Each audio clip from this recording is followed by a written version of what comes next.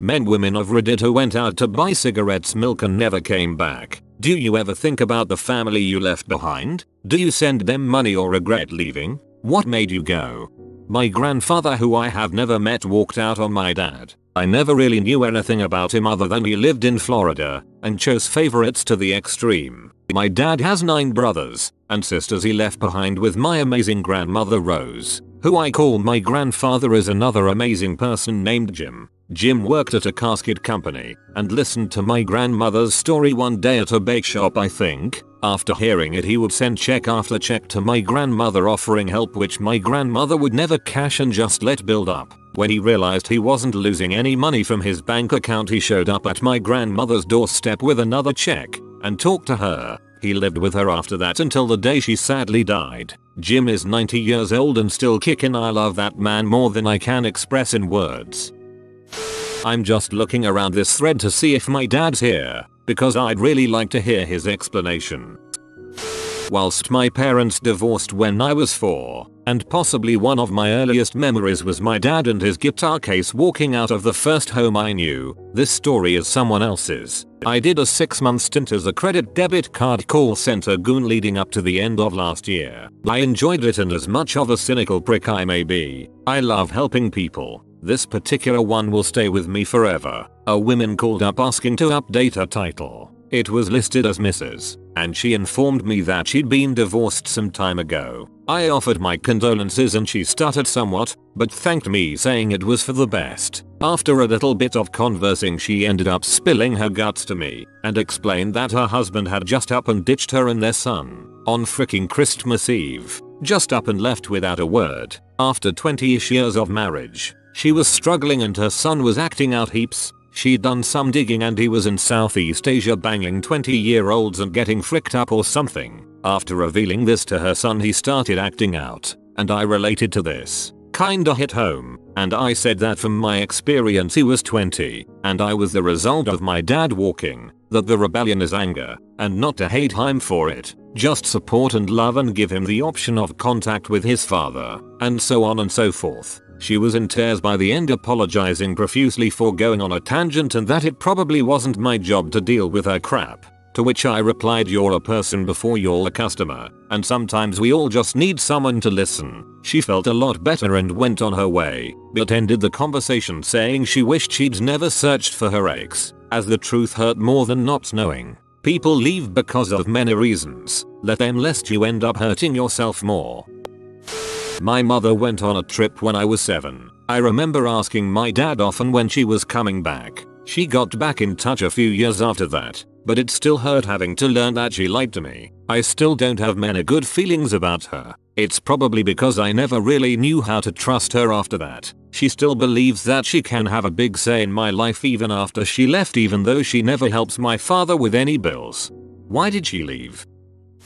I was the one who left. My mother wasn't the world's worst, but the drugs were starting to become a major issue. My father had already left, and we saw him about once every couple months. My mom always had a new boyfriend, and it wasn't a good one. I was growing very sick of the situation, and I knew that I had to get out of it. The only problem was that my little sister was stuck in the same boat. I was 11 and she was 3. In the middle of the night, I grabbed my little sister, a backpack of clothes for both of us, and my bicycle. I rode until I reached my grandma's house. It wasn't too far, about 25 miles. It felt like it took forever. My grandma took us in, and that's where we stayed. It's not that we didn't have my grandma before, but my mom had always refused to get treatment and accept help. My grandma would offer, mom would get angry, and we'd be back out the door. This time was different. My grandma changed the locks in the morning. My mom was too hopped up on drugs and didn't wake up until around noon.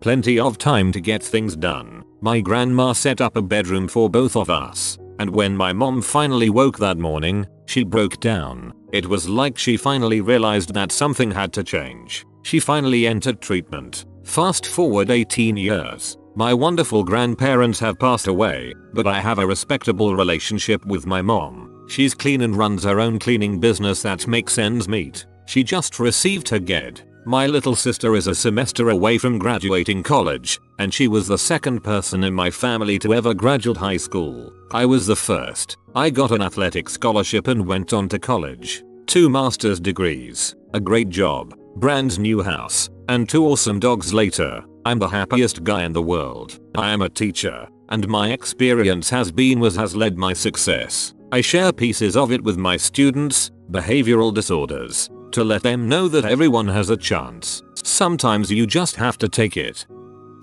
My grandfather went out while my grandmother was in labor and never came back. She sent the cops looking for him and everything, and when they went to her house he had left a note saying he got his secretary pregnant and he was leaving. He left her with no money, 4 kids, and having never worked in her life. My dad was the one she was giving birth to. He never met his father until he was called to my grandfather's deathbed a few years ago. We walked in and he saw us. His face changes expressions from plain to absolute terror. He began sobbing.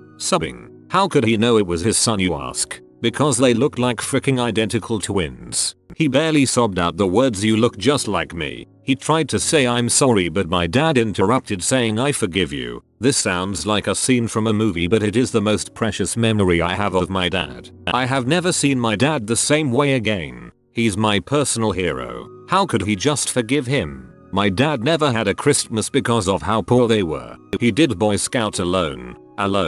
I just don't know how he forgave him. I don't get it.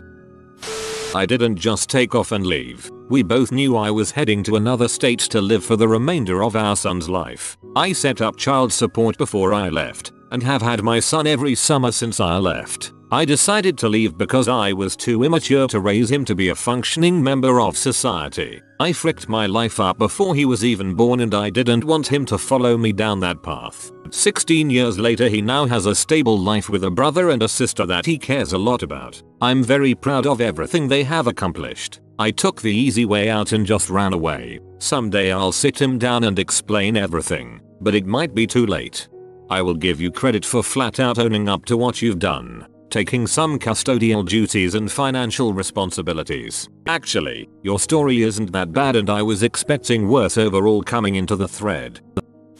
My father moved out when I was 7. He was going to visit his sick father, which might have been partially true, as my grandfather on his side was sick and ended up passing away around that time. I was just really confused why my mother was crying when he said he was going to visit my grandpa. I found out why when he didn't come back. Last time I heard from him, he'd called me on my 9th birthday to tell me he wasn't going to pick me up that Friday, weekends at his place, because he was going to find a new house to live in and didn't want to bore me with paperwork. Anyways, I never heard from him again. I wanted to comment because something actually happened regarding my father around 2 weeks ago. 3 weeks ago, a co-worker at my restaurant pulled me aside and told me he saw a guy with my last name who looked like me. My co-worker said he'd asked the guy if he had a son named Ehada Style, and the man said he did, but he hadn't seen him in a long time. I kinda blew it off as coincidence, but 2 weeks ago the co-worker pulled me aside again and said the same guy came back with a business card, asking to give the card to me. Since he knew my co-worker worked with me, it was him. So, now I have my father's cell number, work address, work numbers, and email. Not really sure if I'm going to call or email or not. He has the same handwriting as me. I know I don't quite fit the category OP posted about, but that's my story. This will probably get buried, but I've been wanting to post this for years now and have never really found an appropriate place, or one I thought would help. My cousin from an extended part of my family decided to disappear. At least, that's what my family tells me. In the late 90s and zeros I spent a lot of time with him and his family in Greenville, SC. They would also come up to NC to visit us. I would like to think I was the closest person to him from the NC side of the family. He is 1 year older than me and should be turning 25 or so soon. All was fine until his mother was diagnosed with breast cancer. She fought for years and was as hard-nosed a fighter I've ever seen. During this fight, His dad was diagnosed with lung cancer and died relatively soon afterwards. Eventually his mother passed away as well, and my cousin was essentially on his own. My side of the family tried to keep in touch, and they thought of all people I'd be the one he'd reach out to. I haven't heard from him since 2009, when I believe he was selling real estate in SC. I've tried all social media to find him, calls etc. I'm fairly certain he just wanted to disappear. It worries me though, because what if that wasn't the case? I mean, I can definitely see that being his personality, but you never know. I know I've gone on a little rant here, but I knew him and his friends pretty well, and I know they're the type of people who are on Reddit. Surely one of them, and maybe even my cousin, will see this and know with certainty who I am talking about. Chris, you don't have to get in touch or even have a friend let me know you're alright. I just wanted to let you know I've not forgotten about you and I miss you, man.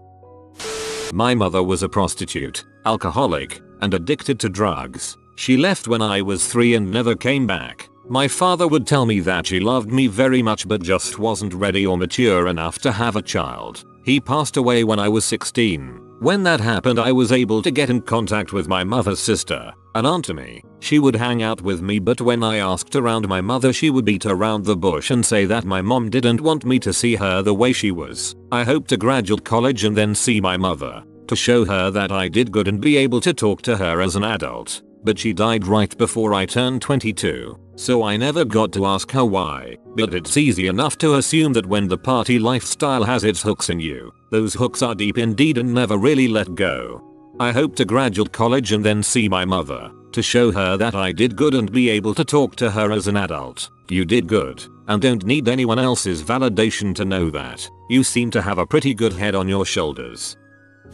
I knew of my mother until the age of around 11. Last time I saw her was 2007 when she came back to my hometown and we drove around. I don't remember anything of the conversation as I was only a young lad then, although I do remember one question. She asked if I loved her or my dad more. A simple enough question. Anyone could answer it. Then the harshness of the situation hit me. Silence. I'd just been asked if I wanted to live with mummy or daddy and never, I repeat, never see the other parent again. I only realize this now, years later, the gravity of that decision. My entire life decided by a simple, 3-letter word. Dad. Best freaking decision. I still am unsure about the reasons she walked out. I've been told it was to avoid her financial situation. She apparently owes my father a little more than £1,000 and a few companies far more. I'd say never knowing a parent is far easier than knowing a parent briefly and never understanding why they left until you're old enough to get a possible answer that might be untrue as it's biased towards the other parent. I don't miss her. I have a nice life where I've just started and now dropping out of university. A loving family as my dad found a wonderful woman and even stepbrothers. So yeah, middle finger to the bee who spawned me.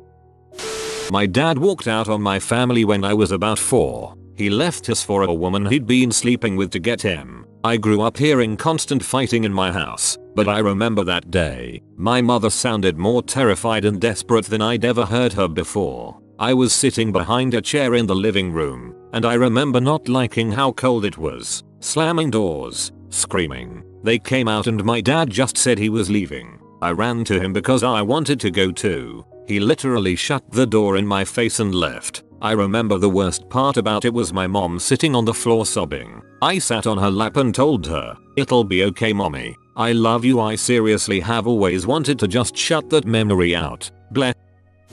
My grandfather left my dad and his family on my dad's first birthday, so now my dad hates his birthday, and his family kind of hates him because they feel like it was his fault or something. My dad ended up getting an awesome stepdad and kept some contact with his biological dad. Both of them died within a few months of each other a few years ago. There was no funeral for my biological grandfather. My dad wasn't sad at all. When his stepdad died though, he gave the eulogy and it's the only time I've ever seen my dad cry. You've been visited by Professor Papa. You'll ace all your classes this year only if you comment study hard, Papa. If you are new to the channel, you can subscribe. I publish new videos every day. Until then, check out another video, or don't. Either way, have a great day, you magnificent people.